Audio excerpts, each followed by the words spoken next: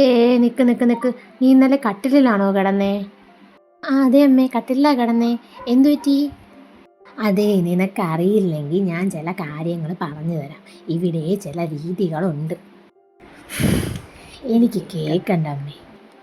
അല്ലല്ലല്ല, ഞാൻ പറയട്ടെ. ഇവിടെ ചില രീതികളുണ്ട്, അത് ഫോളോ ചെയ്ത് വേണം പോവാൻ. അമ്മയ്ക്കിപ്പോൾ എന്താ വേണ്ടേ അതാദ്യം പറയും. ഞങ്ങളൊക്കെ പണ്ടേ കട്ടിലിലൊന്നും കിടക്കത്തില്ലായിരുന്നു. ഇങ്ങനെയൊക്കെ ആകുമ്പോൾ പോയിട്ട് വന്ന് നിലത്ത് പായ വിരിച്ച് അതിലാ കിടക്കാറുള്ളത്. ഇതിൻ്റെയൊക്കെ ദോഷഫലങ്ങൾ എന്തൊക്കെയാണെന്ന് നിങ്ങൾ അറിയുന്നുണ്ടോ? കാലം മാറിയെന്ന് പറഞ്ഞ് ശിവ ശിവ.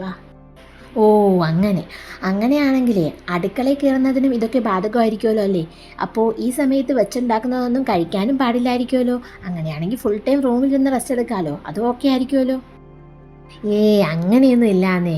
വേവിക്കുന്നതിന് അങ്ങനെയൊന്നുമില്ല. കുളിച്ച് കഴിഞ്ഞാൽ എല്ലാം ഓക്കെയാണ്. കുളിച്ച് കഴിഞ്ഞാൽ നമുക്ക് അടുക്കളയിൽ കയറി എല്ലാം പാചകം ചെയ്യാം. ബെസ്റ്റ്. അപ്പോൾ കുളിച്ച് കഴിഞ്ഞാൽ പ്രശ്നമില്ലെന്നാണ് അമ്മ പറയുന്നത്. പിന്നെ ഇപ്പോൾ ഇവിടെ എന്താ പ്രശ്നം? ഇത് ഞങ്ങളുടെ റൂമാണ്, ഞാനും എൻ്റെ ഹസ്ബൻഡും കഴിയുന്ന റൂം. ഞാൻ കട്ടിൽ കിടക്കുന്നതുകൊണ്ട് ഞങ്ങൾക്ക് 2 പേർക്കും ഒരു പ്രശ്നമില്ല. പിന്നെ രാവിലെ ഞാൻ ചെന്ന് കുളിച്ചിട്ടാണ് പുറത്തോട്ട് ഇറങ്ങാറുണ്ട്. പിന്നെ ഇത് നിങ്ങളെ ബാധിക്കുന്ന കാര്യമല്ല. എനിക്കും എൻ്റേതായ പ്രൈവസി ഇല്ലേ? ഞങ്ങളുടെ റൂമിൽ ഞാൻ എനിക്ക് ഇഷ്ടമുള്ള പോലെ കഴിഞ്ഞോട്ടെ. അമ്മയ്ക്ക് അമ്മയുടെ കാര്യം നോക്കിയാൽ പോരെ? നിങ്ങളോടൊക്കെ പറഞ്ഞിട്ട് എന്ത് കാര്യം? ഇല്ലമ്മേ, എന്നോട് പറഞ്ഞിട്ട് ഒരു കാര്യമില്ല.